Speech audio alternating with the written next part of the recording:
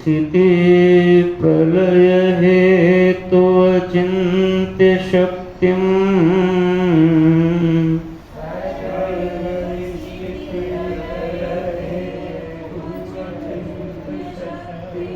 विश्वेश्वरं विदित विश्वमनन्तमूर्तिम्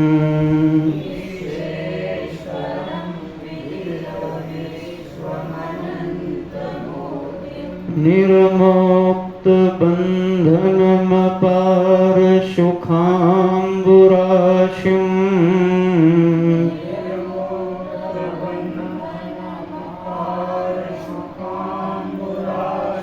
श्रीवल्लभं विमलबोधघनं नमामि।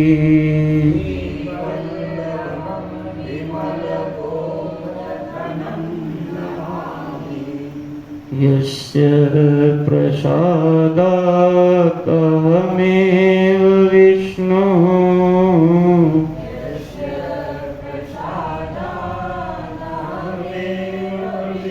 मय्येव सर्वं परिकल्पितं च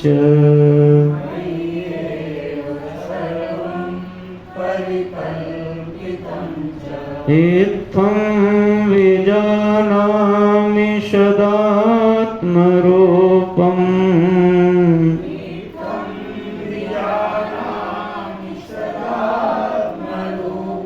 तस्यामृतपद्मं प्रणतोऽस्मि नित्यम्।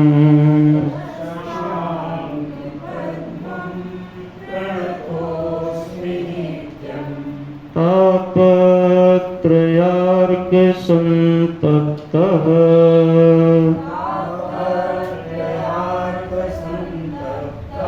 कश्चिद् उद्विग्नमानसः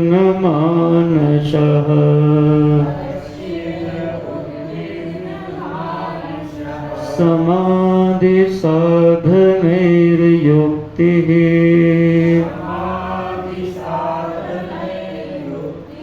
सद्गुरुं परिप्रक्षति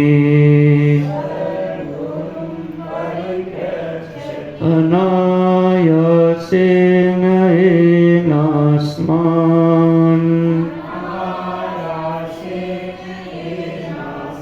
मोच्येयं भवबन्धनात्।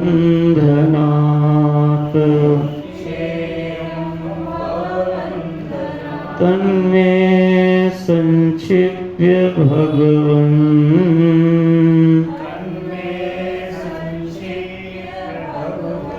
केवलं कृपया वद।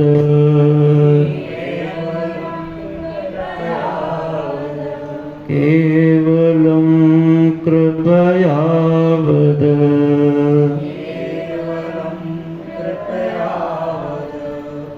हम लोगों ने इन श्लोकों पर कल चिंतन किया था, लेकिन पुनः थोड़ा आज देखते हुए आगे बढ़ते हैं। सर्वप्रथम भगवान आदि गुरु भाष्यकार जी ने मंगलाचरण किया 2 श्लोकों में। पहले में ईश्वर को प्रणाम किया और दूसरे में सद्गुरु महाराज को प्रणाम किया। यह पूरा ग्रंथ शिष्य और गुरु के संवाद के रूप में हम सबको प्राप्त हो रहा है। तो मानो इन्हीं सद्गुरु महाराज के, मानो भाष्यकार भगवान के चरणों में, गुरुदेव के चरणों में कोई शिष्य गया। कैसा शिष्य है वो?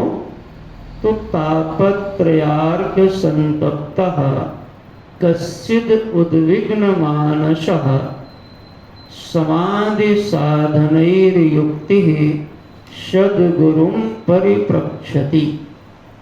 यह यहाँ से प्रारंभ हो रहा है संवाद का। यह एक बड़ा चिंतन का श्लोक है। क्या इसमें भाव है कि मानो शिष्य तीन प्रकार के तापों से संतप्त दिखाया जा रहा है। सद्गुरु के पास जब भी कोई गया है आज तक और जो भी लोग जाएंगे भविष्य में, उन सबकी यही स्थिति होगी। जो संतप्त नहीं अभी अपने को देख पा रहा है, वो सद्गुरु के पास में क्यों जाएगा? उद्विग्न मानसः, मन जब विह्वल होता है अन्य स्थानों पर चीजों को प्राप्त करने के बाद भी जब हमारी मति को कोई मार्ग नहीं मिलता, तो उस समय शास्त्र ने सद्गुरु के पास जाओ और कोशिश करके देखो, शायद वहां से तुम्हारा समाधान हो जाए। तो यह एक ऐसा शिष्य है जिसने दुनिया में कुछ नहीं किया, ऐसा नहीं है, बहुत कुछ किया है, देखा है चीजों को, लोगों को, परिस्थितियों को, लेकिन समाधानम न पश्यति, समाधान नहीं दिखाई पड़ता। धन है, चीजें हैं, भवन है, लोग हैं, लेकिन समाधान नहीं दिखाई पड़ रहा। मन उद्विग्न हो रहा है। यह स्थिति दिखाई पड़ी ऊपर की पंक्ति में, तापत्रयार्क संतप्तः कश्चिद उद्विग्न मानसः। यह जो उद्विग्नता है वह मंगलकारी है। मन उद्विग्न हो तो महात्मा जन, गुरुजन प्रसन्न होते हैं कि अब इस साधक के जीवन में मानो मंगलमयता का प्रादुर्भाव हो जाएगा। यह जो उद्विग्नता है उसके मूल में देखना, जब भी कोई उद्विग्न हुआ है आज तक, तो मेरा को लेकर के ही उद्विग्न होता है। कोई मेरा भवन, कोई मेरा पुत्र, कोई मेरा पड़ोसी, कोई मेरा ये, कोई मेरा ये, कोई मेरा ये, मैं को लेके उद्विग्नता नहीं होती। मेरा को लेकर के ही उद्विग्न होता है मन, संतप्त होता है मन। क्योंकि ध्यान से देखो, भगवान भाष्यकार गीता की प्रस्तावना में ही लिखेंगे कि अहम एषाम मम एते इति अज्ञान प्रत्ययः। मैं इनका हूं और यह मेरे हैं, यह अज्ञान के दो बड़े प्रत्यय हैं। देखो, पहले यह मेरा है ऐसा हमने पूरा विश्वास से मान रखा है, इसमें संशय नहीं होता है। लोग बताते हैं ये मेरा पुत्र है, इसमें संदेह कभी होता है आपका ये पुत्र नहीं है? तो महाराज निसंदेह आप बोलते हो ये मेरा पुत्र है, ये मेरा घर है, ये मेरी गाड़ी है, ये मेरा ये है, ये मेरा वो है, बोलते हो ना भाई? तो ये मेरा है, इसमें आपको ज्ञान लगता है कि ये मेरा है, इसमें कौन सा ज्ञान है? पूछूं किसका है तो आप बताओगे मेरा है। मेरा तो मैं को तो आप जान रहे हो, ठीक है, हम मान लेते हैं जान रहे हो, लेकिन क्या मेरा को भी तुम जान रहे हो? यानी मैं को जान रहे हो? मेरा घर, मेरा गाड़ी, मेरा पुत्र, मेरा पड़ोसी, इसको तो जान रहे हो, लेकिन क्या मैं को भी जान रहे हो? ये बात वैसे ही तुम कहते हो जैसे कोई कहे कि ये खेत उनका है। किनका है? तो कहा जिनको हम नहीं जानते। ठीक है ना भाई दृष्टांत? मैं का अज्ञान है और मेरा का ज्ञान हो रहा है। ये कैसी हंसी की बात होगी कि मुझको मैं कौन हूं इसका पता नहीं है, लेकिन यह मेरा है इसका पता हुआ पड़ा है। देखो महाराज, कैसी उल्टी धारा बह रही है। बरसे कंबल भीगे पानी, ये मेरा है, इसमें निश्चय हो गया है, और मैं कौन हूं इसमें अनिश्चय हुआ पड़ा है। देखें आप शास्त्रों के मर्म को, दर्शन करें। धृतराष्ट्र को जो समस्या थी, ऐसा नहीं समझना कि वही धृतराष्ट्र हैं, हम भी धृतराष्ट्र ही हैं। क्योंकि हम भी यह जो मेरा है यह बना रहे, मेरा कभी ना छूटे, मेरा कभी ना हारे, ये मेरी इच्छा है। लेकिन मेरा को हम जान रहे हैं, लेकिन मैं को जाने बिना। देखो आप, तो यह जो स्थिति है, यह प्रायः जीव, सभी जीवों में, प्रायः क्यों बोले, जीव मात्र में यह स्थिति दिखाई पड़ती है। कैसी सुंदर ये दवा होगी महाराज कि इस जीव का कल्याण होना है।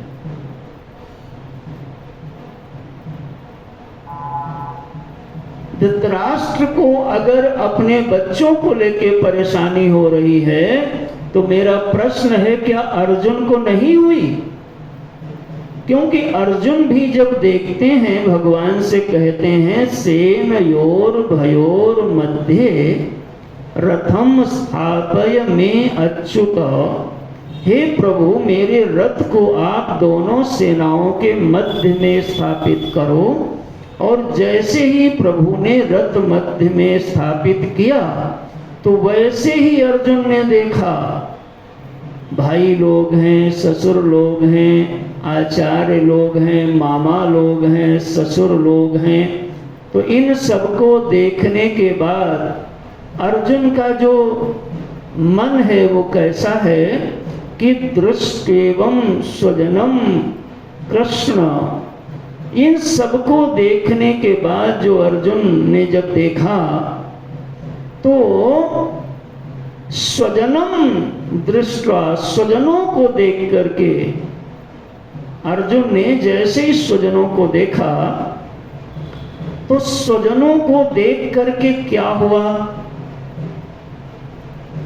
दृष्ट्वेवं स्वजनम कृष्ण युयुत्सुम समुपस्थितम सीदन्ति मम गात्राणि मुखम च परिशुष्यति।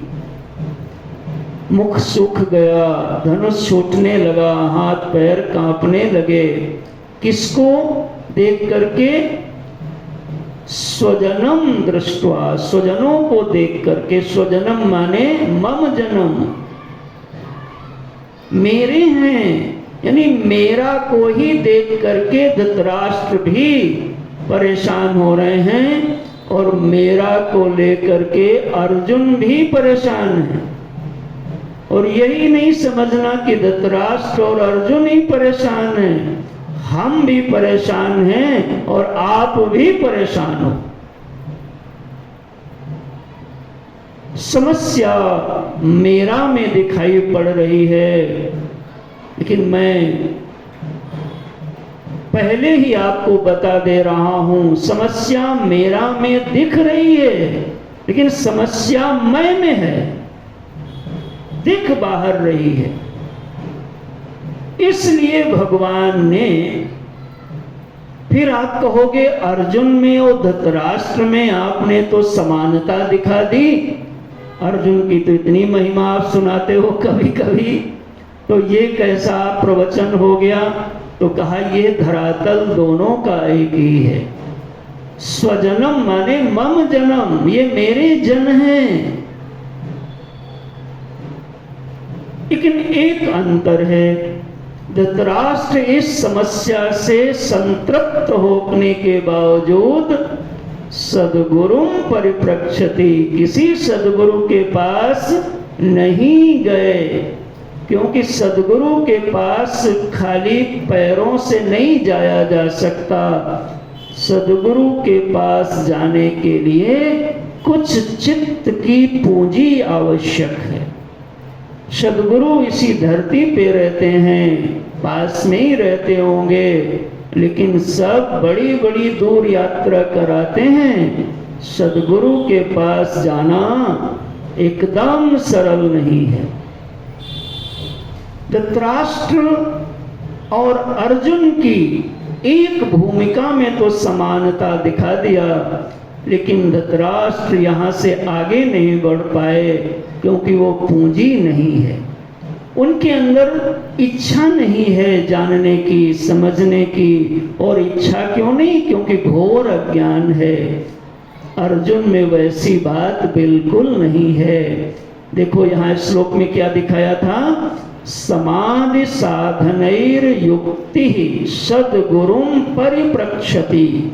ये जो शिष्य है ये संतप्त तो है, ठीक है ना, उद्विग्न भी है, लेकिन साथ ही साथ साधन चतुष्टय से संपन्न भी है। ये नहीं भूलना चाहिए। अर्जुन ने दुख है, कांप रहे हैं, लेकिन अर्जुन ने धर्म का जीवन जिया है।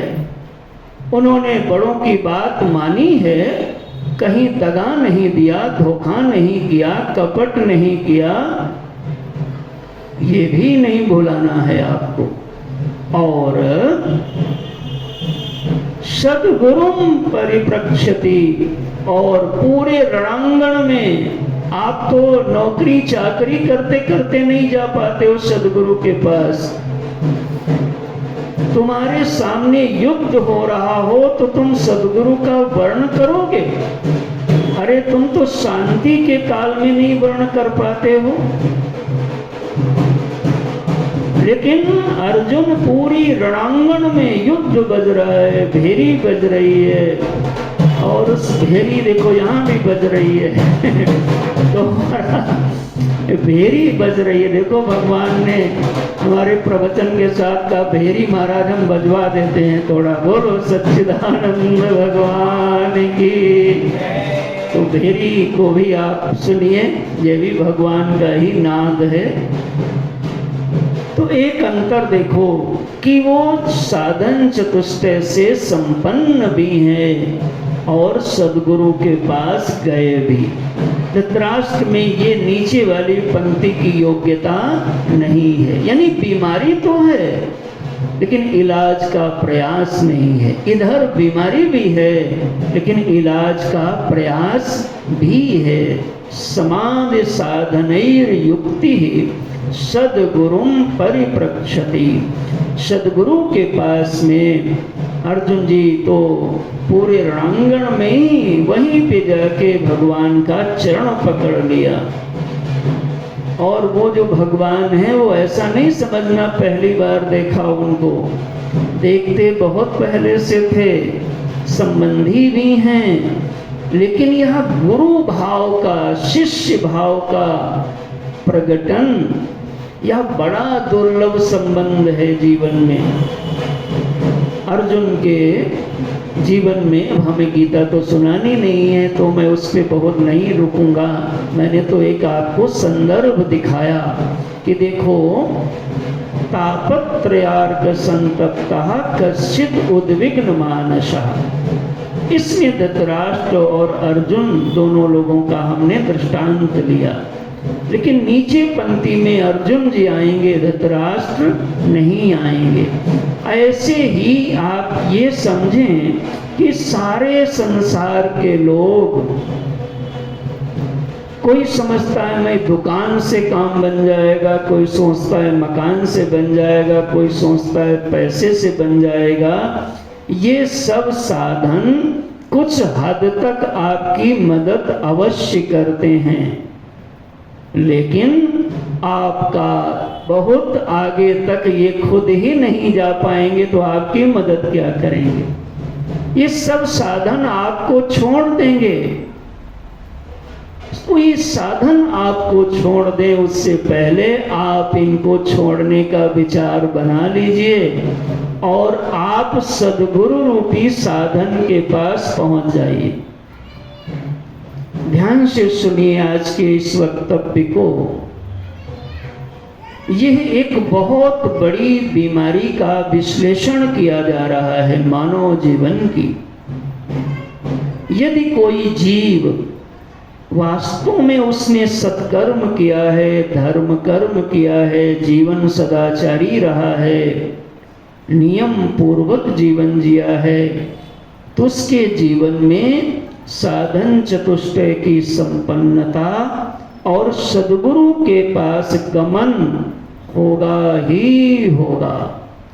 लेकिन यदि ये चीज नहीं है तो सद्गुरु के पास किसी को बांध के भी ले आओ तो महाराज जैसे ही वो मौका पाएगा तो पीछे से भाग जाएगा, क्योंकि सद्गुरु के पास बैठना सरल नहीं है। मंदिर भी हमारे ही हैं, वहाँ हम भी जाते हैं, आप भी जाते हो, लेकिन समझने के लिए बात कह रहा हूँ। मंदिर में जाना सरल है, ऐसे बोल दें कि उस मंदिर के भगवान के पास में जाना सरल है, लेकिन गुरु मंदिर में जाना कठिन होगा, क्योंकि वो भगवान कुछ बोलते नहीं। आप कुछ भी करो, कैसे भी आओ, कैसे भी जाओ, तो वो ज़्यादा अच्छे लगते हैं। और जो टोका टाकी रोका राकी करते हैं वो हमको अच्छे तो लगते नहीं। हम तो महाराज ऐसे बिगड़े हुए हैं कि हम चाहते हैं हमको कोई ना टोका टाकी करे। और यदि इन बातों में टोका टाकी आप सुधार नहीं कर पाओगे तो ये जो ज्ञान आगे मिलने वाला है उसमें कैसे प्रवेश होगा।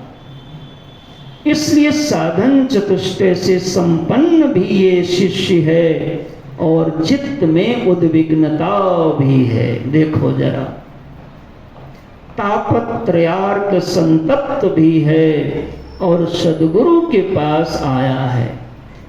इस विश्व में हमारी समस्त शास्त्र साम्राज्य को यदि आप देख पाओ तो कहीं भी ऐसा नहीं दृष्टांत पाओगे कि किसी का कल्याण बिना सद्गुरु के हुआ हो। जितने भी साधन हैं, संयम के, दान के, तीर्थ के, व्रत के, इन सब साधनों का पर्यवसान भक्ति की ओर होता है। और भक्ति का पहला चरण है प्रथम भगति संतन कर संगा, दूसरी रति मम कथा प्रसंगा, श्रवणं कीर्तनं विष्णु स्मरणं पाद्य सेवनम् अर्चनं वंदनं दास्यं सख्यम आत्मनिवेदनम्। इस समस्त सत्कर्म राशि का पर्यवसान भक्ति माता की ओर होता है। और भक्ति माँ का पहला पायदान है संतों का संग। इसको अच्छी तरीके से समझ लो। भागवत में कपिल भगवान से माता देवहूति कहती हैं, निर्विणाम नितराम भूमन सदिन्द्रियतर्षणात्। ये इंद्रियां बार बार विषयों को मांगती हैं लेकिन तृप्त नहीं होती। कैसे तृप्त होंगी? तो उसके उपाय में भगवान कपिल जी कहते हैं, माँ तुम इसके लिए सत्संग करो। सत्संग ही एक सम्यक समाधान है विश्व के दुख के नाश के लिए।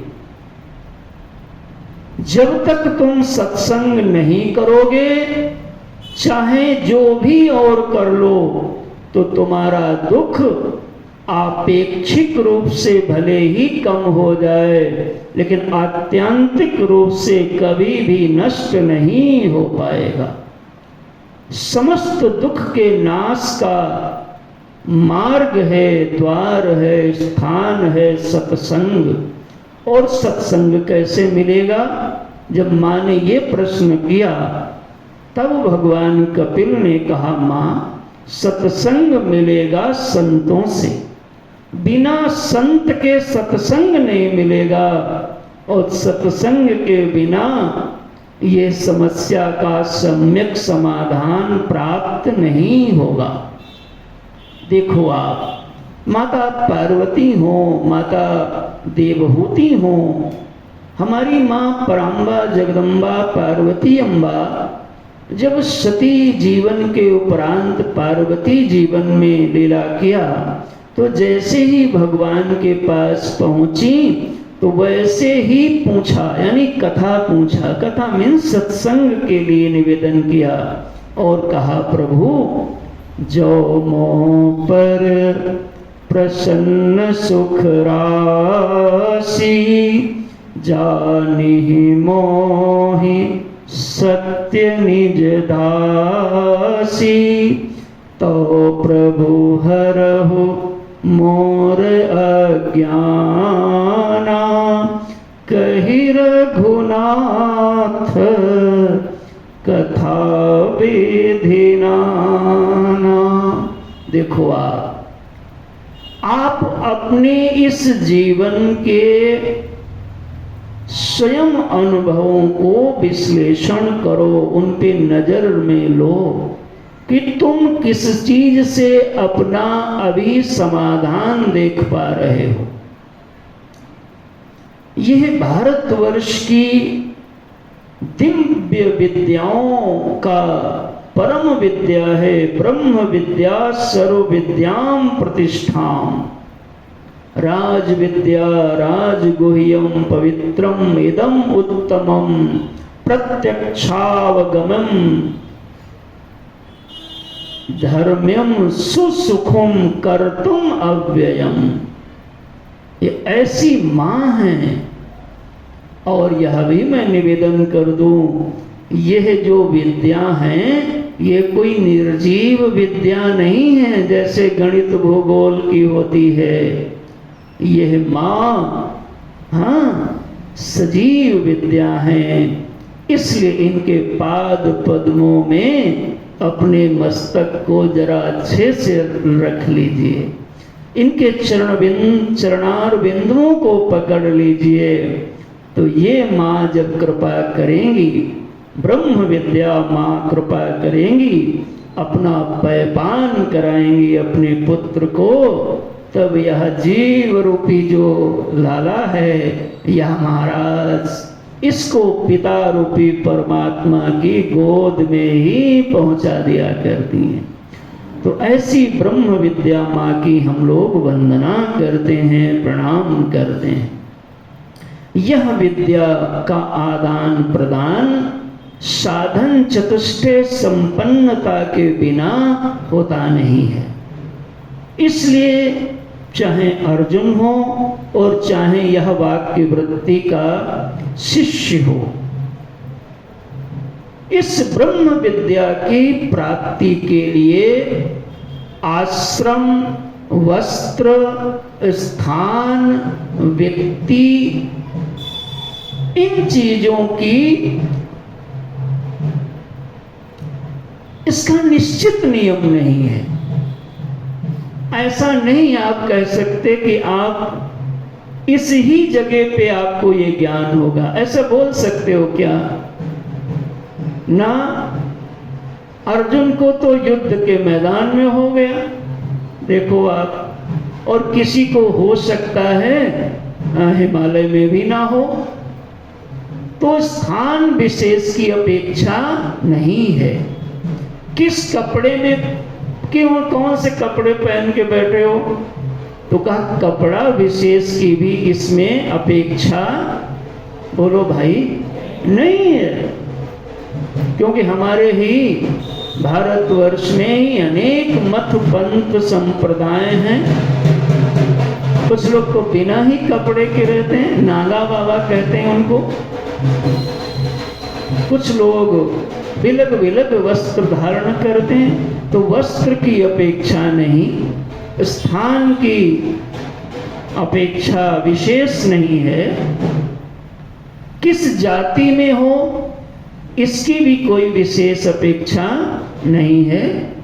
किस उम्र के हो इसकी भी कोई विशेष अपेक्षा, इधर देखो, नहीं है।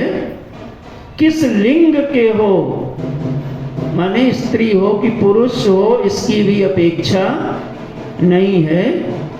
कितना पढ़े लिखे हो इसकी भी अपेक्षा नहीं है। और तो और मैं क्या बोलूं, आप कहां से आए हो इसकी भी कोई अपेक्षा नहीं है। तो अपेक्षा किस चीज की है? अपेक्षा है साधन चतुष्टय संपन्नता की। इसी को हमारे साधन चतुष्टय के ही इस पैकेज को ही भगवान ने गीता में श्रद्धा कह दिया। श्रद्धावान लभते ज्ञानम, तो वहां पर खाली श्रद्धा नहीं समझ लेना, उस वहां श्रद्धा शब्द के अंतर्गत साधन चतुष्टय को डाल के देखना। यानी विवेक है तभी तो गुरु के पास आएगा, तभी गुरु का वर्ण करेगा, नहीं तो चाट पकौड़ी खाता, कहीं इधर उधर भटकता रहता। तो वैराग्य है तभी आया, शम है मन पे नियंत्रण होगा, कुछ न कुछ दम इंद्रियों में भी नियंत्रण होगा, नहीं तो आते ही नहीं महाराज। तो श्रद्धावान लभते ज्ञानम, ऐसे जो साधन चतुष्टय संपन्न जीव हैं, यह लभते, यह लाभ को प्राप्त कर लेंगे इस ज्ञान को। मगर इसमें भी बताया खाली साधन चतुष्टय तो संपन्न है लेकिन प्रयास ही नहीं करते। तो कहा तत्परः, थोड़ा तत्परता दिखाइए, प्रयास करिए। मनुष्य संसार के कामों के लिए बड़ा तत्पर है, रात को भी काम करता है ना, लेकिन अपनी कल्याण के लिए, अपने दुख को दूर करने के लिए उतना तत्पर दिखाई नहीं पड़ता। यानी मेरा के लिए तो बड़ा लगता है लेकिन मैं के लिए ध्यान ही नहीं दे रहा है। तो मेरे नाथ, इस प्रकार से यह शिष्य, जैसे मानो अर्जुन के जैसे गीता में अर्जुन जी भगवान के पास पहुंच गए, वैसे ही यहाँ पर एक कोई सुंदर शिष्य हैं जो साधन चतुष्टय की संपन्नता से युक्त हैं। उनका महाराज सद्गुरु के पास में आगमन हुआ है और अपने गुरुदेव से पूछते हैं, देखो आप इस दुनिया में जितने भी काम करते हो, जिनको आप धर्म कर्म कहते हो, उन सब धर्म कर्मों का एकमात्र सुंदर फल है सद्गुरु की प्राप्ति। सद्गुरु की प्राप्ति के बाद फिर और सद्गुरु मिल जाए तो समझना तुमने तीर्थ कर लिया। इसका मतलब ये नहीं कि फिर तीर्थ ही नहीं जाना कभी, लेकिन समझ लेना कि पूरा हुआ। समझना कि धर्म, गंगा स्नान, दान, पुण्य, तुलसी, गो सेवा किया है, नहीं तो ऐसी मति बनती ही नहीं नाथ तुम्हारी। तो इस प्रकार से जब मिल जाए तो उसके बाद फिर क्या मिलेगा? तो कहा उसके बाद झूठ बोलूं कि सही बोलूं?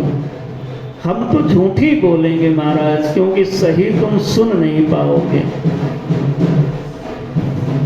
सही तो सद्गुरु के मिलने के बाद फिर और कुछ मिलता ही नहीं महाराज, बल्कि जो तुमको अभी मिला हुआ नजर आ रहा है इसकी भ्रांति जरूर खत्म हो जाएगी, मतलब जो मिला है उसका नाश हो जाएगा। अब ये प्रवचन हम समाज में नहीं सुनाएंगे भाई, नहीं तो कोई कथा ही नहीं कराएगा।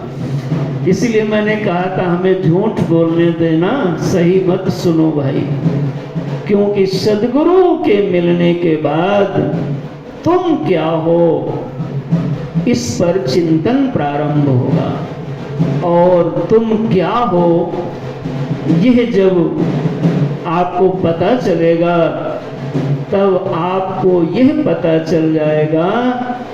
क्या पता चलेगा? तो ये तो जब पता चलेगा तब फिर देखा जाएगा क्या पता चलेगा। अभी हम क्यों बताएं आपको क्या पता चलेगा।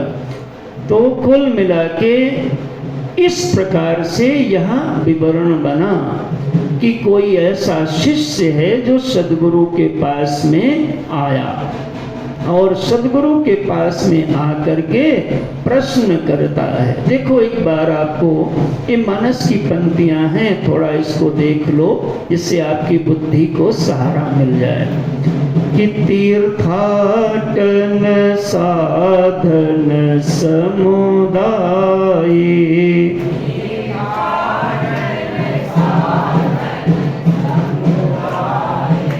जोग विराग ज्ञान निपुणाई,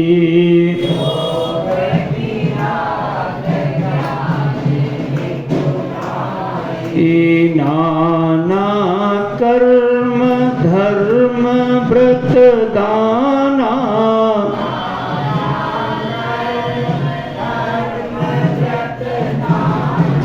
संयम दम जप तप मखनाना,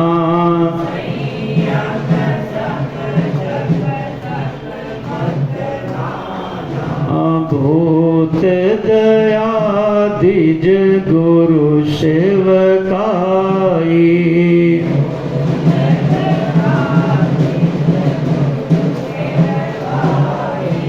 विद्या विनय विवेक बड़ाई,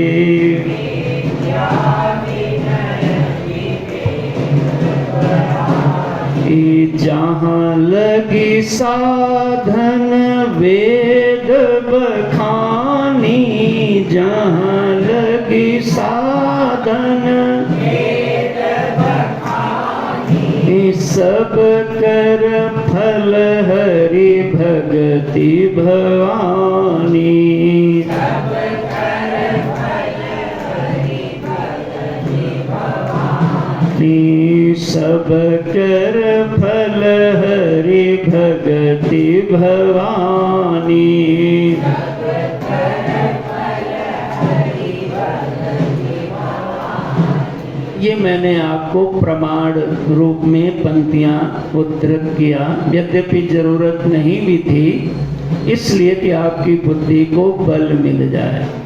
समस्त सत्कर्मों का पर्यवसान भक्ति माता की प्राप्ति में होता है, और भक्ति का शुभारंभ, भक्ति का प्रथम पाद साधु संगति है। ध्रुव को संत मिले नारद जी, फिर क्या हुआ? भगवान मिल गए। और क्या हुआ? जब तक नहीं मिले गुरुदेव तब तक जो हुआ होगा सो हुआ होगा। प्रहलाद जी को नारद जी मिले, भगवान मिले। मीरा जी भगवान के मंदिर आती जाती, मंदिर आने जाने से संभल के सुनिएगा, हम संभल के बोलेंगे भी। याद रखना, सीधे भगवान नहीं मिलेंगे।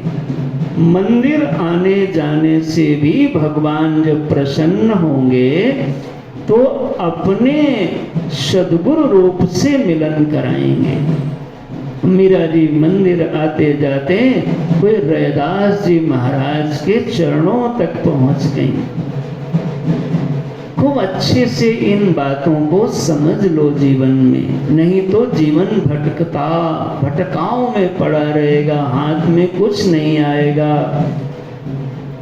अनंत कीमती जीवन यह आपका कागज और ईंटा पत्थर में ही खत्म हो जाएगा। हे भक्तजनों, भगवान स्वयं कहते हैं तेषाम सतत युक्ताम नाम भजताम प्रीति पूर्वकम ददामि बुद्धि योगम तम। जो इस प्रकार से मेरा भजन करता है उसको मैं बुद्धि योग देता हूँ। बुद्धि योग माने ज्ञान से जोड़ देता हूँ। कैसे जोड़ते हो? तो कहा कहाँ जोड़ूंगा, कैसे जोड़ूंगा, उस पे चिंतन न करो। कोई न कोई संत मिलेगा और संत के माध्यम से मैं ही जोड़ता हूँ। वहाँ पर देखो आप, धृतराष्ट्र की यही दुर्भाग्य है कि व्यास भगवान स्वयं उनको आए थे समझाने, यानी ज्ञान लेने दुनिया जाती है और धृतराष्ट्र को ज्ञान देने आए, फिर भी वो ले नहीं पाए। और अर्जुन आज रणांगण में भगवान के चरण पा गए, यानी ज्ञान के लिए आतुर हो गए। माँ जगदम्बा पार्वती जब बन के प्रगटी तो भगवान को जैसे ही मौके से पाया तो तुरंत पूछ लिया, तो प्रभु हरहु मोर अज्ञाना। आज वैसे ही मानो ये कोई शिष्य जी हैं जो उद्विग्न हैं, अभी ताप से संतप्त हैं, लेकिन साधन चतुष्टय से संपन्न हैं, इसलिए सदगुरु के पास भागे। नहीं तो कहीं और भागते,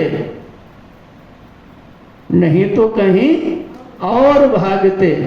साधन चतुष्टय से संपन्न होंगे तो आप सदगुरु के पास ही भागेंगे, और यही सच्चा पथ है। हे भैया, संसार उल्टा है, ये चाहे आज समझ में आए चाहे 20,000 जन्म के बाद समझ में आए। ऊर्ध्वमूलम मधा शाखम ये ऊर्ध्वमूल उल्टा है इसका। ऊर्ध्वमूलम देखो, संसार में आपको जड़ें नीचे दिखती हैं और पत्ता ऊपर दिखता है, इसका उल्टा है महाराज। ऊर्ध्व मूलम, ऊपर इसका मूल है और नीचे की तरफ है। देखो ये कैसा भगवान बताते हैं। ये सब प्रसंग तो गीता के हैं, जब उस पर हम चिंतन करेंगे तब चिंतन करेंगे। अभी तो हमने आपको संदर्भ दिखाया इन ग्रंथों से कि यह शिष्य ऐसा सुंदर शिष्य है, चित्त में तपन है, जलन है, दुख है, लेकिन संयम है, विवेक है, खोज है, लगन है, प्रयत्न है, आलसी नहीं है, कपटी नहीं है, चतुर चालाक वैसा नहीं जैसे संसार में होते हैं, लेकिन दुख है, इसको स्वीकार किया गया। तो देखो ऐसा यह शिष्य गुरु के पास में आया। अब हमको आगे बढ़ना चाहिए, काफी देर मैंने इस बात को समझाई, एक बार फिर से गा लो। तापत्रयार्क संतप्तः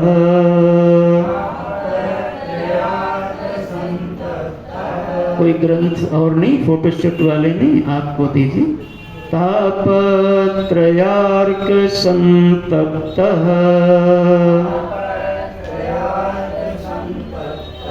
कश्चिद् उद्विग्न मानसः समाधि साधनैर्युक्तः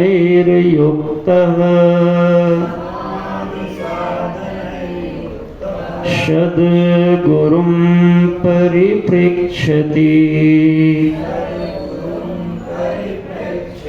तो ऐसा कोई सुंदर शिष्य जी हैं जिनके अभी भौतिक, दैविक, आध्यात्मिक तीनों प्रकार के दुख से तृप्त हैं, मन बड़ा उद्विग्न रहता है, शांत नहीं रहता है, लेकिन साधन चतुष्टय से समाधि साधनैर युक्ति उससे संपन्न भी हैं और किसी ज्ञानवान प्रज्ञावान पुरुष के चरणों में जाके नत हो गए, प्रणाम किया और पूछा। गुरुदेव अनायासेन, इनको पाठ किया था कि नहीं? एक बार पढ़ ही लेते हैं फिर से। अनायासेन एनास्मान्,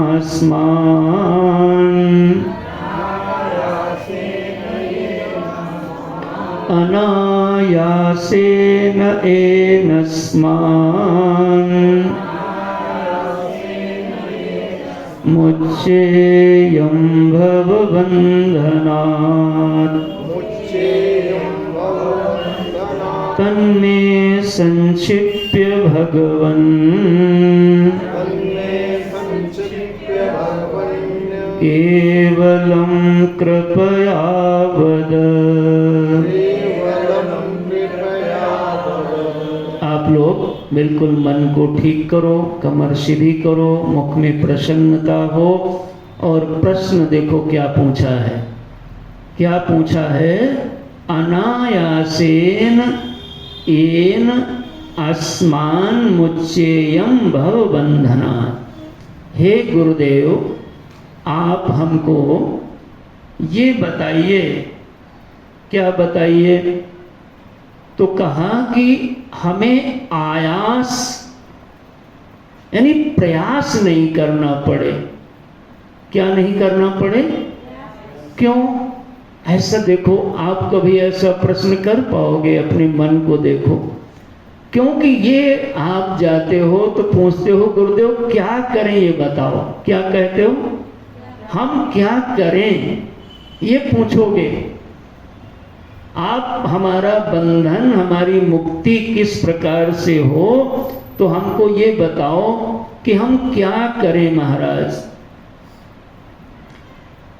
अस्मात् माने इस प्रकार से, अनायासेन माने बिना प्रयास के, सहज रूप से हो जाए। ये प्रश्न ही तभी आपके चित्त में आएगा जब आपका विवेक खूब जग गया होगा। ध्यान से सुनिएगा, ये वो चीजें नहीं हैं जो ऐसे मिल जाएंगी। ध्यान दो। यह जो मेरा है, फिर से ध्यान दो, जो मेरा है, जिसको मैं मेरा मेरा जान रहा हूं, उसी से दुख बार बार निकलता है। मैं मेरा को जान रहा हूं लेकिन मैं को जान नहीं रहा हूं। ठीक है? तो यदि मैं गलत निकल गया, मान लिया मैंने कुछ अपने को और मान लिया हो और वो मैं निकला कुछ और, तो जो मेरा बनाया होगा वो क्या होगा? गलत हो जाएगा, झूठा हो जाएगा। प्रश्न यह है कि जो चीज कर्म से मिलती है, जो चीज क्रिया से हमने देखा है दुनिया में, वह अनित्य होती है। अभी झाड़ू लगाओ तो फिर लगाना पड़ेगा, गंदा हो जाएगा। अभी एक चीज बनाओ वो बिगड़ जाएगी। तो जो भी कर्म से मिलेगा वो नित्य नहीं होगा। इवन आपने कोई बड़े बड़े यज्ञ किया, यागाद किया, तो स्वर्ग आदि मिल जाए तो भी आपको नित्य नहीं मिलता स्वर्ग। क्षीणे पुण्ये मर्त्यलोकम विशन्ति। जैसे पुण्य क्षीण होगा तो फिर से आपको मृत्युलोक में आना पड़ेगा, तो वो भी नित्य नहीं हुआ। तो इसका मतलब जो कर्म से मिलेगा वो नित्य नहीं होगा। कैसा होगा? अनित्य होगा। तो अनित्य कौन चीज होती है? जो चीज ध्यान दो, जो नित्य नहीं होगी वो अनित्य की श्रेणी में आएगी और वो कर्म से मिल जाएगी। यानी जो काल में पैदा हुई होगी, जो देश में पैदा हुई होगी, ज्यादा मैं इस पे नहीं रुकूंगा, आपको भारी पड़ रहा है, मैं देख रहा हूं। वो चीज कर्म से मिलती है, कर्म से पाई जाती है, कर्म से लाई जाती है। लेकिन जो नित्य प्राप्त वस्तु है वह किसी कर्म का परिणाम नहीं हो सकती। थोड़ा समझा देता हूं। हमारे आचार्यों ने इस बात को बताया कि देखो, कर्म से कोई चीज दूर है तो उसको आप ला सकते हो, यानी आप ले आए। बाजार में कोई चीज थी, मेरे पास नहीं थी, घड़ी मैंने देखा तो पैसा कमाए और एक दिन जाके घड़ी खरीद लिया। तो पहले मेरे पास घड़ी नहीं थी और आज हम ले आए। तो घड़ी ध्यान रखना, काल में लाए हो, यानी एक समय में लाए हो, तो कभी न कभी ये काल में क्या हो जाएगी, खत्म हो जाएगी, टूट जाएगी। ये कर्म से हो सकता है। घर नहीं था, एक दिन बनवा लिया, तो बनवा लिया तो क्या सदा रहेगा घर, कभी न कभी खत्म हो जाएगा। तो एक बार आप पे। दूसरा होता है, कोई चीज हमारे पास में थी, हमने उसमें संस्कार कर दिया। कैसे संस्कार कर दिया कि हमारे पास में दूध था तो हमने उसमें उसको दही बना दिया या दही से घी बना लिया। तो देखो, जो घी आपने बनाया वो काल में बनाया, कर्म से बनाया, तो वो कब तक रहेगा, थोड़े दिन तक रहेगा, सदा नहीं रहेगा। यानी बदल देते हो कर्म से। तो कोई चीज नहीं है उसको ला सकते हो, कोई चीज वैसी उसके रूप को बदल सकते हो। ये दो चीज हो गई। तो आत्मा को आपको लाना नहीं है कि वहां है तो ले आओ, इसलिए कर्म की जरूरत नहीं है। आत्मा में कोई विकार नहीं होता, इसलिए संस्कार की जरूरत नहीं है। कर्म से हम संस्कार कर सकते हैं, संस्कार माने अच्छा बना सकते हैं, और विकार माने तोड़ सकते हैं। तो आपको आत्मा में ना कुछ परिवर्तन अच्छा करना है और ना कुछ उसमें बुरा कर सकते हो। तो आप पे नहीं, विकार नहीं, संस्कार नहीं। और क्या, कभी कभी उसको ऐसा भी नहीं है कि कोई चीज है नहीं, उत्पन्न करना हो। कभी कभी उत्पन्न करना होता है, आविष्कार करना होता है। तो क्या आपको आत्मा को पैदा करना है? तो कहा नहीं भैया, वो पैदा है पहले से ही, उसको पैदा भी नहीं करना है, वो अजन्मा है। तो इसलिए कर्म की जरूरत वहां पर ये चार हेतु दिए गए। तो इसलिए शिष्य कह रहे हैं कि ऐसा हमें उपाय बताओ जिसमें प्रयास के बिना, यानी सहजता से हमें उसकी प्राप्ति हो जाए। क्योंकि जो कर्म से मिला है, आज तक मैंने खूब देख लिया है दुनिया को, हे गुरुदेव, वो सब चीजें कैसी हैं, अनित्य मिलती। ये बात समझनी है। क्या बात समझनी है? कि कर्म से जो भी मिलेगा, देखो महाराज, और हम क्या पीठ ठोकते हैं कि हम अपना कर्म करते हैं। तो ये कर्म करो, दुनिया कर्म से मिलती है, और भगवान वो दूसरी चीज, इसको समझो, गुरुजनों से कैसे मिलते हैं। तभी तो खोजते रहते हो महाराज, वो मिलते नहीं, फिर भिन्न भिन्न भजन गाते हो, कस्तूरी कुंडल बसे मृग ढूंढे बनमाई, ऐसे घट घट राम हैं लेकिन दुनिया देखे नहीं। तो कैसे मिलेंगे?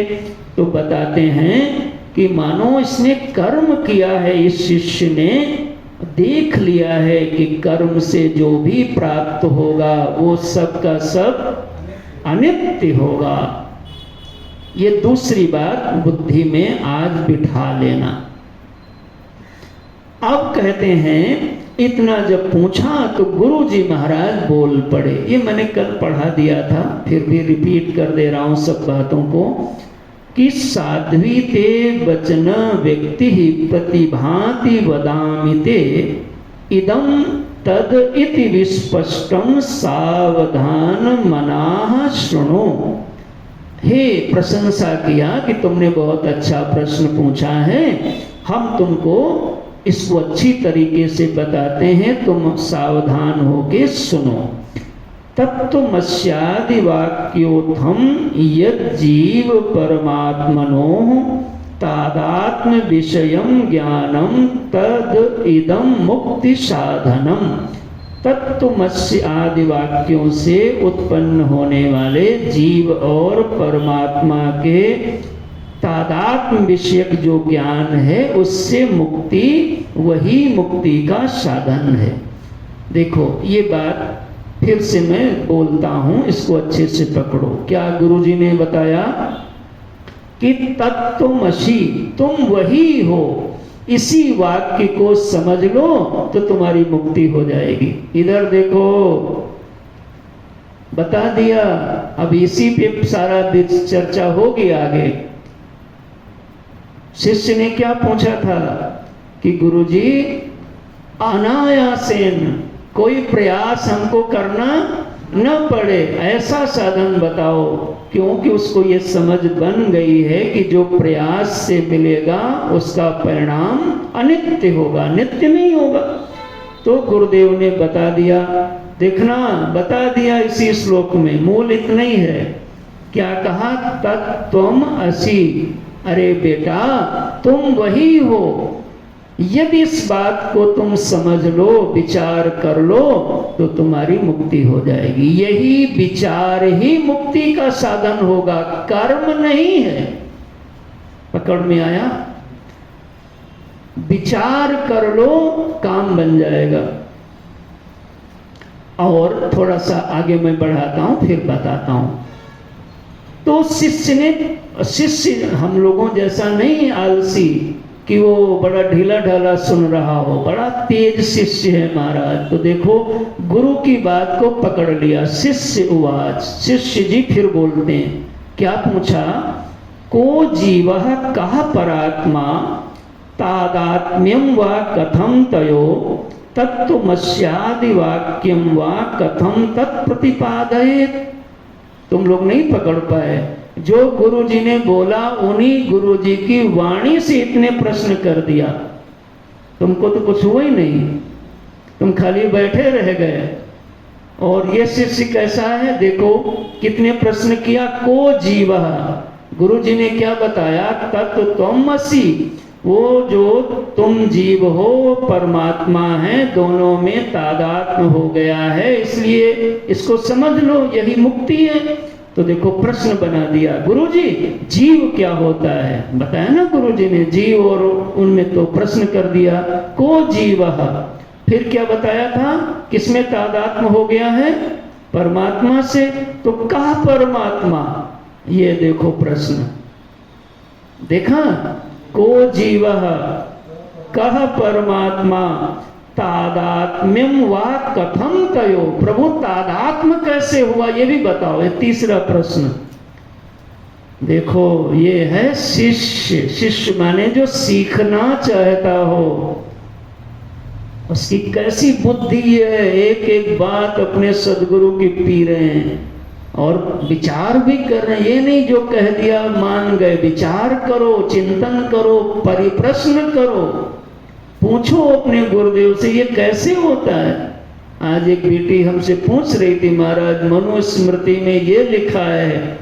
तो लिखा तो बड़ा कुछ वैसा था, तो मेरे पास आई, मैंने समझा दिया, उसको समझ में आ गया। अब वो पूछती ही नहीं, तो उस शंका का समाधान होता क्या? को भी नहीं होता, वही गलतफहमी लिए घूमते रहते महाराज।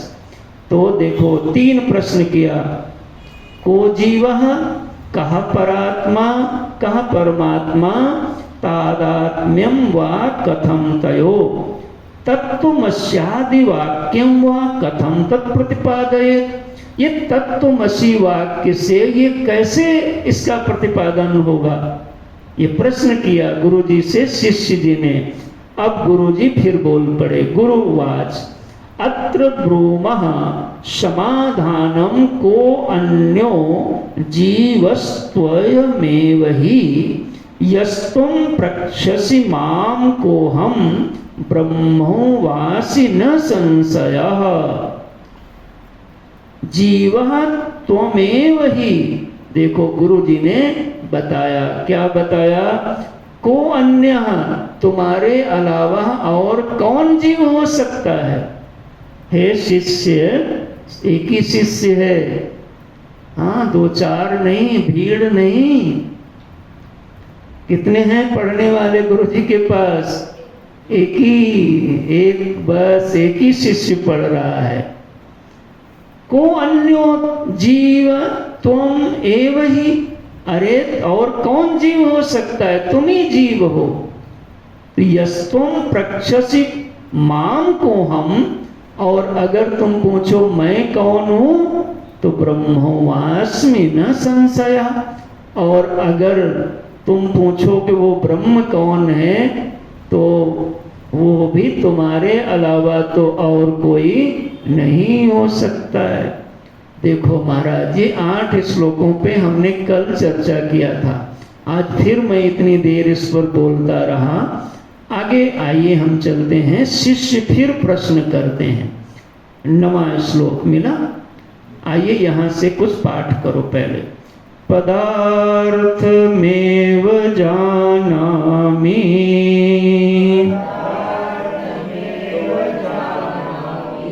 नाद्यापि भगवन् स्फुटम्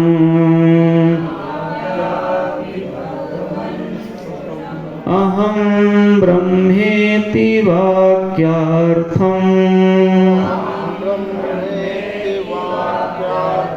प्रतिपद्ये कथं वद। गुरु उवाच सत्यमाह भगवान् विज्ञानं नैव विद्यते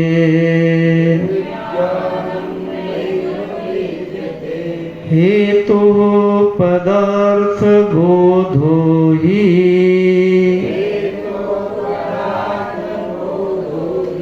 वाक्यार्थावगतेरिह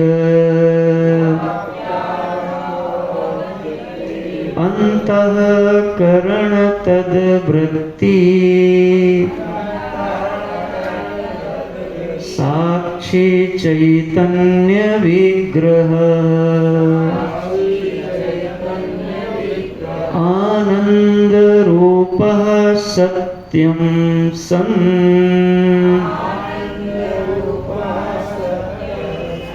आनंद रूपः सत्यः सन्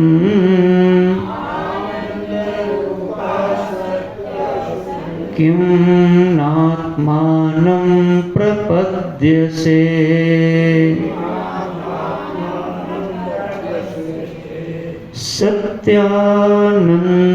सत्यानन्दस्वरूपं धी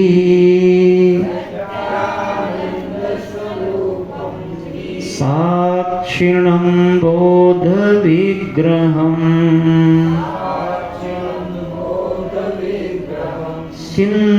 चिन्तयात्मतया नित्यम्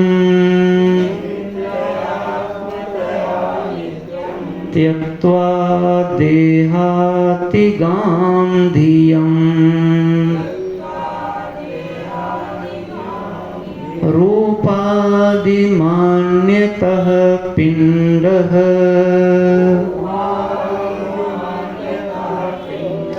ततो नात्मा घटादिवत् वियदादि महाभूत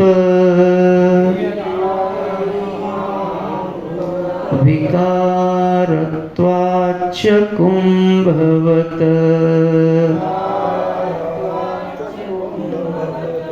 इतना पहले देखते हैं तो सब लोग इधर देखें और इस प्रश्न उत्तर को पहले बुद्धि में अपने लेने की कोशिश करो कि गुरु महाराज बैठे हैं, उनके चरणों में कोई एक सुंदर सा शिष्य आया है जिसका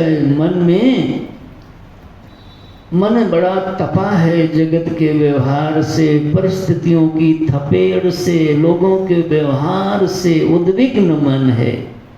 साधन चतुष्टय संपन्न भी है, उसके अंदर योग्यता है, लगन है, उसको सलीका है, विवेक है, कैसे बैठना चाहिए, कब आना चाहिए, कैसे आना चाहिए, इन सब चीज़ों से उसकी बुद्धि निष्णात है, पारंगत है, दक्ष है, प्रवीण है।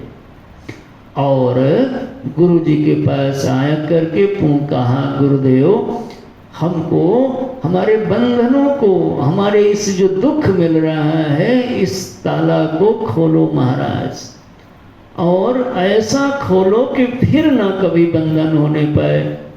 तो उसकी शर्त है कि जो चीज कर्म से एक बार बंधन खोला जाएगा तो वह बंधन फिर हो जाएगा। कल मैंने इसको बोला था, जो काल में मरता है वो फिर पैदा हो जाता है, लेकिन जो ज्ञान से मरता है वो फिर कभी पैदा नहीं होता है। अब इसको समझने के लिए थोड़ा सा आपको समझ चाहिए। जैसे मान लिया एक सोना है, तो सोना को आप आभूषण बनते हैं और आपने अंगूठी जाना, हीरा जाना, कंगन जाना, ठीक है। तो ये कंगन कड़ा काल में बना और सोनार ने गला दिया, तो काल में क्या हो गया, मर गया। तो अगर काल में अंगूठी मर गई तो किसी न किसी काल में फिर पैदा हो जाएगी, ठीक है ना भाई पंडित जी महाराज। लेकिन यदि ज्ञान से मर गई, आपने समझ लिया कि यह जो अंगूठी दिख रही है, यह अंगूठी बनने से पहले सोना ही थी और कुछ दिन के बाद फिर सोना हो जाएगी। यदि यह तुमने समझ लिया तो ये समझ में आ जाएगा कि अभी जो ये गोल गोल इसमें उंगली जा रही है, ये सब होने के बावजूद यह इस समय भी सोना ही है। तो यदि ज्ञान से आपने अंगूठी को मार दिया तो फिर आपको हमेशा क्या दिखाई पड़ेगा, सोना दिखाई पड़ेगा, ठीक है ना भाई। आप एक बार तो अब इस पे चिंतन करेंगे तो विषय छूट जाएगा। तो अनायासेन गुरुदेव हमें ऐसी मुक्ति दे देना जो कर्म का परिणाम ना हो, क्योंकि जो भी कर्म से मिलेगा वो अल्प होगा, नित्य नहीं होगा। गुरुदेव ने उत्तर में क्या बताया कि तुम तत्त्वमस्याद, ये जो जीव है वह ईश्वर से अपने को पृथक मान करके अलग अलग हो गया। तुम वही हो, यह उपदेश किया, तत्त्वम असि तत्त्वमसि, तुम वही हो।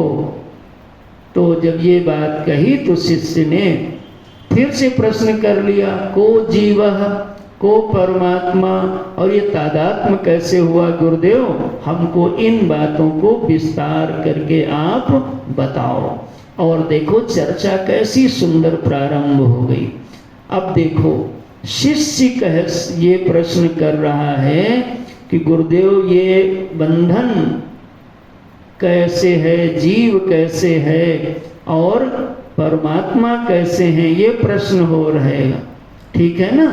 और इस पर एक एक बात को गुरुदेव बताने लगे।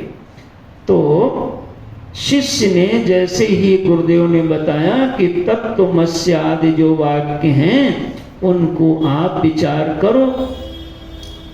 क्या विचार करना है, तो तत्त्वम असि, तुम वही हो, तुम वही ब्रह्म हो, ऐसा तुम विचार करो। तो शिष्य ने, अब इसको बहुत अच्छे से सुनना, 9वां श्लोक देखो। शिष्य जी क्या कहते हैं कि यह जो मैं ब्रह्म हूं इसका तो शब्दार्थ भी नहीं मैं समझ पा रहा हूं, तो इसका लक्षार्थ कैसे समझूंगा। कोई कहे कि आप रुमाल हो, तो कोई कहे महाराज रुमाल क्या होता है, हम तो रुमाल ही नहीं जानते हैं, तो मैं रुमाल हूं ये कैसे जानूंगा। देखो कैसी सुंदर धरातल से आपको ऊंचे ले जाया जाएगा, लेकिन जो साधन से युक्त हैं उनको तो इसमें बोध बन जाएगा। बाकी लोग अपनी कोशिश बढ़ाते रहो। पदार्थमेव जानाति नाद्यापि भगवन् स्फुटम अहम ब्रह्मेति वाक्यार्थम प्रतिपद्ये कथम वद। अरे गुरुदेव जी, मैं ब्रह्म हूं, इसका मतलब मैं क्या समझूं? पहले शब्द में तो समझूं कि क्या होता है, तब मैं ये हूं उसको जानूंगा। तो गुरुदेव बताते हैं, देखो शिष्य के अनुभव को मना नहीं कर रहे हैं। बार बार शिष्य पूछता है, फिर गुरुजी बताते हैं। गुरुजी शिष्य की बात को मना नहीं करते हैं, क्योंकि शिष्य बिल्कुल ट्रैक पर है। उसने पूर्व में कुछ किया है, खाली खाली नहीं आया है, तो उसकी जो बातें हैं वो बिल्कुल उचित हैं, जैसा होता है अज्ञान से ज्ञान की ओर जाने के लिए, तो प्रक्रिया का पूरा पालन करते हैं। तो गुरुदेव उसकी बात को मना नहीं करते। जैसे ही शिष्य ने कहा कि मैं ब्रह्म हूं, इसका मैं शब्दार्थ ही नहीं समझ पाया, तो हम ये मैं ब्रह्म हूं कैसे समझूंगा? तो गुरुदेव ने कहा तुम ठीक कह रहे हो क्योंकि तुम ठीक कह रहे हो भाई। देखो, तो उन्होंने कहा जब तक कोई शब्द नहीं समझ पाएगा तब तक उसका अर्थ भी सही सही समझ नहीं पाएगा। ये तुम्हारी बिल्कुल बात ठीक है। एक शब्द का यहाँ प्रयोग किया, मैं उसी को उद्धृत करता हूँ, सैंधव। सैंधव के शास्त्र में दो अर्थ हैं। सैंधव माने नमक भी होता है और सैंधव माने घोड़ा भी होता है। तो यदि कोई सैंधव के इन दोनों अर्थों को जानता हो, नमक और, बोलो तो भाई, तुम तो बोल ही नहीं रहे हो। सैंधव माने नमक भी और सैंधव माने घोड़ा भी, ये तो हमने आपको भी बता दिया तब जाने। लेकिन अभी तक जब हम नहीं बताए थे तो मान लो कि तुमको ये शब्द का अर्थ नहीं पता होता और हम आपसे कहते सैंधव ले आओ, तो आप क्या लाते? आप ये कहते महाराज पहले ये बताओ सैंधव माने होता क्या है, ये कहते। तो वैसे ये शिष्य कह रहे हैं कि ये ब्रह्म माने क्या होता है गुरुजी, मैं ब्रह्म हूं, इस शब्द का मैं क्या अर्थ समझूं? जैसे सैंधव माने क्या होता, तो आपको बताया गया सैंधव शब्द के दो अर्थ हैं, एक घोड़ा है अश्व और दूसरा घोड़ा होता, एक नमक और एक घोड़ा, ऐसे समझ लो। तो मान लिया कोई व्यक्ति भोजन कर रहा है, चलो हम ही अपने को रख लेते, मान लिया भोजन कर रहे हैं और भोजन करते समय हमने कहा कि जरा सैंधव लाओ, तो आप उस समय क्या घोड़ा ले आओगे? क्या लाओगे? क्यों, कैसे नमक जान गए? क्योंकि आप उस शब्द के अर्थ का ज्ञान आपको था। खूब अच्छे से समझना, अगर ये अर्थ आपको प्राप्त नहीं होता और मान लिया एक अर्थ प्राप्त होता घोड़े का, तो आप क्या करते? घोड़ा ही ले आते, क्योंकि आप वही जानते थे और दूसरा जानते ही नहीं थे। तो वैसे ही मैं ब्रह्म हूं, इस शब्द का अर्थ क्या है? गुरुदेव कृपा करके आप हमको, हमने तो इसके अर्थ का मतलब शब्दार्थ ही नहीं समझ पा रहा हूं अभी, तो इसका लक्षार्थ कैसे समझूंगा? मैं ब्रह्म हूं ये तो तब समझोगे, पहले मैं ब्रह्म हूं इसका मतलब क्या होता है ये तो समझो। बात समझ में आ रही? देखो कैसे ये प्रकरण का प्रकटन होता है। तो आचार्य बताते हैं कि अंतःकरण तद्वृत्ति साक्षी चैतन्य विग्रह आनंद रूपः सत्यः सन् नात्मानं प्रपद्यते। अरे बाबा, यहाँ पर से अब एक पूरी झड़ी आगे लगाएंगे 17 श्लोकों की। देखो, अब गुरु ही बोलना शुरू करेंगे और आपको कमर कस के बैठना है।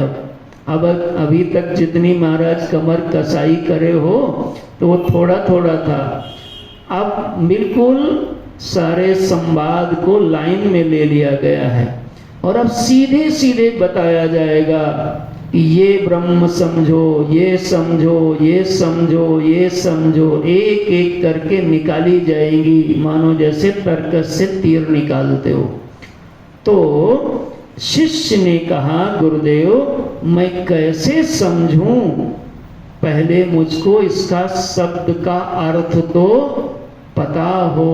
जैसे सैंधव शब्द का अर्थ आपको पता यदि ना हो, मैं कहूँ सैंधव ले आओ, तुमको तो मैंने बताया, अभी सुन लिया। तो जिसको नहीं पता हो उससे जाओ कहो सैंधव ले आओ, तो क्या करेगा? पहले वो तुम्हारे शब्द के अर्थ का ज्ञान प्राप्त करेगा कि महाराज इसका मतलब क्या होता है। यदि उसको अर्थ समझ में आ गया तो वस्तु फिर समझ में आ जाएगी। जैसे एक अभिधान होता है, एक अभिधेय होती है। ठीक से सुनो, मैंने बोला रूमाल, तो रूमाल एक अभिधान है। अभिधान माने होता है नाम, हिंदी में रूमाल ऐसे लिखा। लेकिन जब ये तुमने देखा तो क्या देखा? अरे बोलो तो तुम ये कैसे जान गए कि ये रूमाल है? जिसने रूमाल शब्द को न जाना हो, मान लो कोई ऐसा हो व्यक्ति जिसने रूमाल शब्द, रूमाल माने क्या होता है उसको पता ना हो, उसके सामने बोलो रूमाल, तो क्या समझेगा? अरे इसको नहीं समझ पाओगे तो आगे कैसे समझोगे? उसको रूमाल बोलोगे वो कुछ नहीं समझ पाएगा। रूमाल एक नाम भी है और रूमाल एक वस्तु भी है। ए महाराज इधर देखो, वैसे ही शिष्य कह रहे हैं गुरुदेव से, गुरुदेव जो तुमने अभी बताया तत्त्वमसि, तुम वही हो। तो इसमें तो हमें 4 प्रश्न हो गए। हम कौन है, यानी जीव, ईश्वर कौन है, और फिर उससे हमारा तादात्म्य कौन हुआ। और आपने तो अभी जो बात बताई कि ब्रह्म हो, मैं ब्रह्म हूं ऐसा समझना है, तो मैं ब्रह्म हूं, मैं तो इस शब्द के अर्थ को ही नहीं समझ पा रहा हूं। जैसे कोई बोले रूमाल, और रूमाल माने उसको पता ना हो, आपको तो पता है, तो आप रूमाल के शब्द को भी जानते हो और आप रूमाल को भी जानते हो। ठीक है ना? इसी को बोलते हैं ज्ञान। लेकिन कोई हो सकता ऐसा व्यक्ति हो जिसने रूमाल शब्द का ज्ञान जिसको ना हो, उसके पास में ही ये हो। ठीक है ना भाई? इधर देखो, है उसके पास लेकिन जानता नहीं ये क्या है। तो आप उससे कहो रुमाल ले आओ, तो ले आएगा वो। सोच के देखो, है पास में,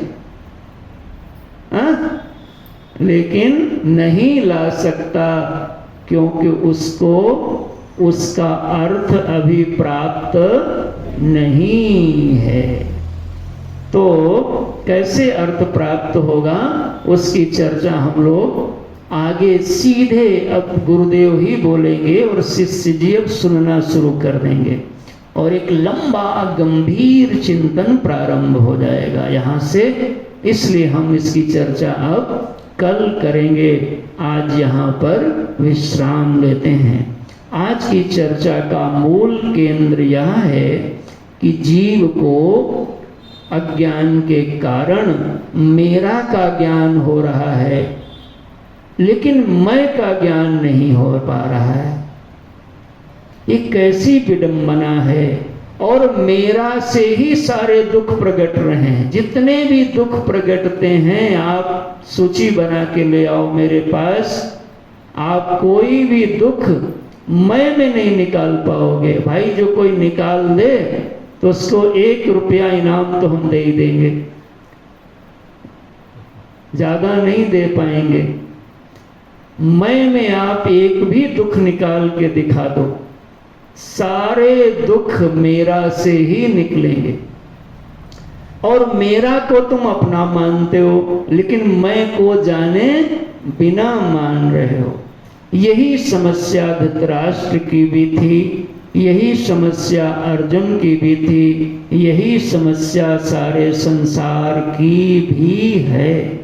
धृतराष्ट्र और अर्जुन में यही अंतर हुआ कि धृतराष्ट्र के अंदर साधन चतुष्टय आदि की योग्यता, प्रयत्न की योग्यता, श्रद्धा आदि न होने से प्रयास राहित्य हो गया, प्रयास ही नहीं किया। लेकिन अर्जुन ने प्रयास किया, और जो प्रयास करता है उसको परमात्मा अवश्य मिल जाते हैं। इस प्रयास की मूल दिशा है सद्गुरु का चरणारविंद। संसार में जो चलता है वो पहुंचता है, लेकिन अध्यात्म में जो सद्गुरु के चरण में ठहर जाता है वो पहुंच जाया करता है। संसार चलने से मिलता है और भगवान ठहरने से मिलते हैं। संसार में ऊपर चढ़ना है तो आपको चलना पड़ेगा,